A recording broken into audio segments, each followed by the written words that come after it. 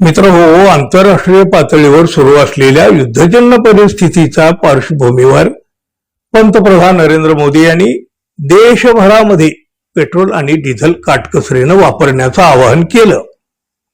पण या आवाहनानंतर देशभरासह महाराष्ट्राच्या राजकीय वर्तुळातून सुद्धा मोठ्या तीव्र प्रतिक्रिया उमटू लागल्या आहेत. पंतप्रधानांच्या या आवाहनाला केवळ राज्यातूनच नाही, देशभरातून विरोध होताना दिसू लागलेला आहे. विरोधी पक्षांनी केंद्र आणि राज्य सरकारवर सडकून टीका करायला सुरुवात केली आहे.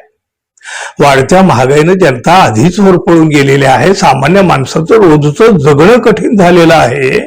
त्यामुळं आधी महागाई गगनाला भिडवायची आणि आता जनतेला काटकसरीचे सल्ले द्यायचे, अशी टीका विरोधी पक्षातील नेत्यांनी सुरू केलेली आहे. महाराष्ट्रातील विरोधी पक्ष नेत्यांनी सुद्धा सरकारवर अशाच पद्धतीने निशाणा साधलेला आहे. इंधनाचे दर सामान्याच्या आवाक्याबाहेर गेलेले आहेत. त्यामुळे लोक आधीच त्रस्त असताना अशा प्रकारे काटकसरीचं आवाहन करणं म्हणजे त्यांच्या जखमेवर मीठ चोळण्यासारखं असल्याचं विरोधी पक्षाचं म्हणणं आहे. तर दुसरीकडं महाराष्ट्रातील सत्ताधारी नेत्यांनी पंतप्रधानांच्या आवाहनाचं स्वागत करीत तात्काळ पावलंही उचलायला सुरुवात केली. म्हणजे शासकीय स्तरावर इंधनाचा अपव्यय टाळण्यासाठी सत्ताधारी मंत्र्यांनी आणि नेत्यांनी आपल्या ताफ्यातील वाहनांची संख्या कमी केली. अनेकांनी इलेक्ट्रिक वाहनाचा वापर सुरू केला. पण बघा, तरी सुद्धा सत्ता पक्षातील काही नेते काटकसरीचं धोरण स्वीकारायला अजूनही तयार नसल्याचं दिसतंय. विमानानं प्रवास करतात, गाड्यांची ताफे उडवतात आणि या सगळ्या परिस्थितीमध्ये राष्ट्रवादीच्या नेत्या आणि खासदार सुप्रिया सुळे यांनी मात्र एक वेगळी भूमिका घेतली आणि त्यामुळं सत्ता पक्षातील नेत्यांचीच मोठी कोंडी झाली.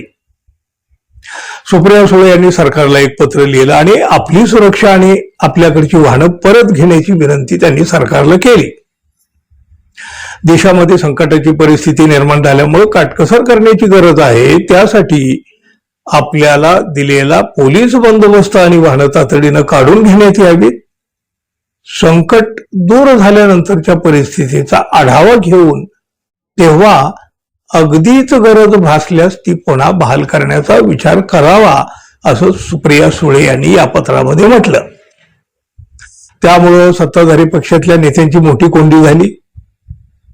त्यांनाही हे सगळं करावं लागणार ना.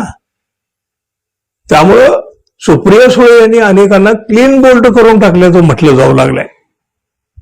अहो, विरोधी पक्षातले नेते स्वतःहून पुढे येत असताना सत्ता पक्षातील नेत्यांना सरकारी वाहनं आणि पोलीस बंदोबस्त घेऊन फिरणं आता कठीण होणार आहे.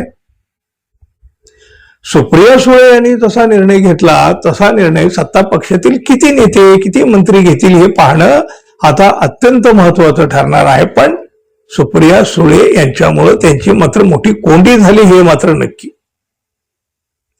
मित्रहो, सुप्रिया सुळे यांनी घेतलेला निर्णय सत्ता पक्षातील नेते मंत्री घेतील का हो? तुम्हाला काय वाटतं जरूर सांगा. आणि हो, आपण अजून आपल्या चॅनलला सबस्क्राईब केलं नसेल तर कृपया सबस्क्राईब करावं ही अपेक्षा आहे. धन्यवाद. पुन्हा भेटू. नमस्कार.